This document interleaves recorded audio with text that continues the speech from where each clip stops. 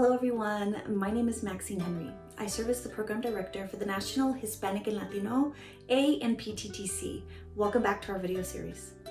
As we enter the month of November, we would like to honor El Día de los Muertos, or Day of the Dead, as a traditional and healthy way to cope with the loss of those we love and care for. According to the Smithsonian Latino Center, Día de los Muertos is celebrated on November 1st and 2nd by the people of Latin America, particularly in Mexico and Central America, and more recently by Mexican Americans.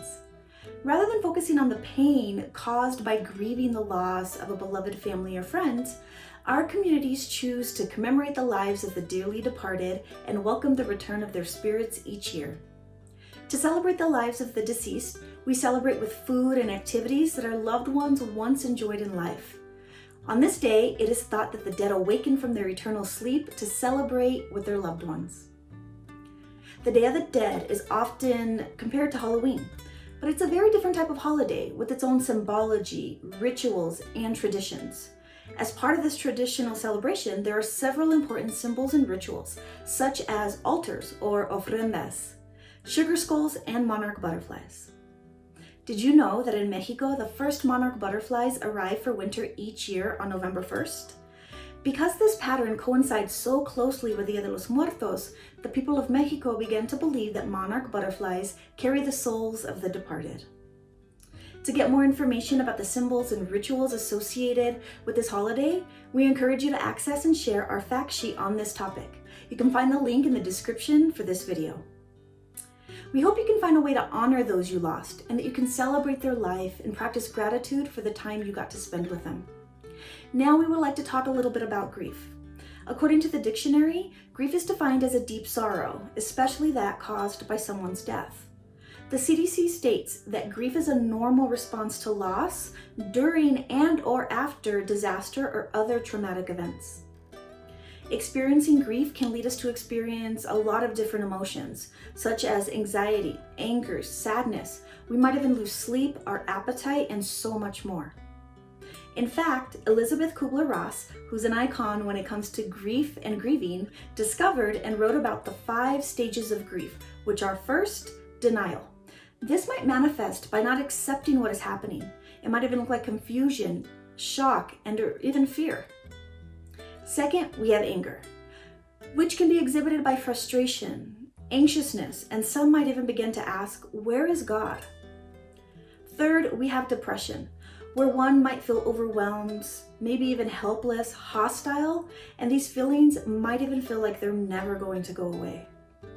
Fourth, we have bargaining, which can manifest in a struggle to find meaning, a feeling like if we change our behavior, we can expect to change the outcome. Some might even begin to ask God, please, I will do this if you give me this. Fifth, we arrive at acceptance.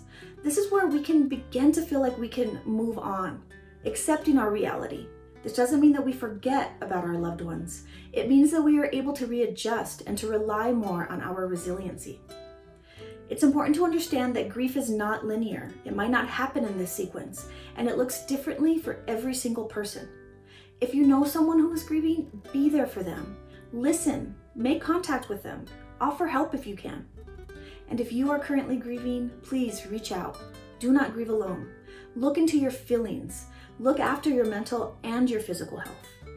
Please know that you are not alone. We are also suffering and mourning the losses of our loved ones. You don't need to go through this on your own, because together we are stronger. Our team has put together a toolkit with several resources on Dia de los Muertos, grief, and loss.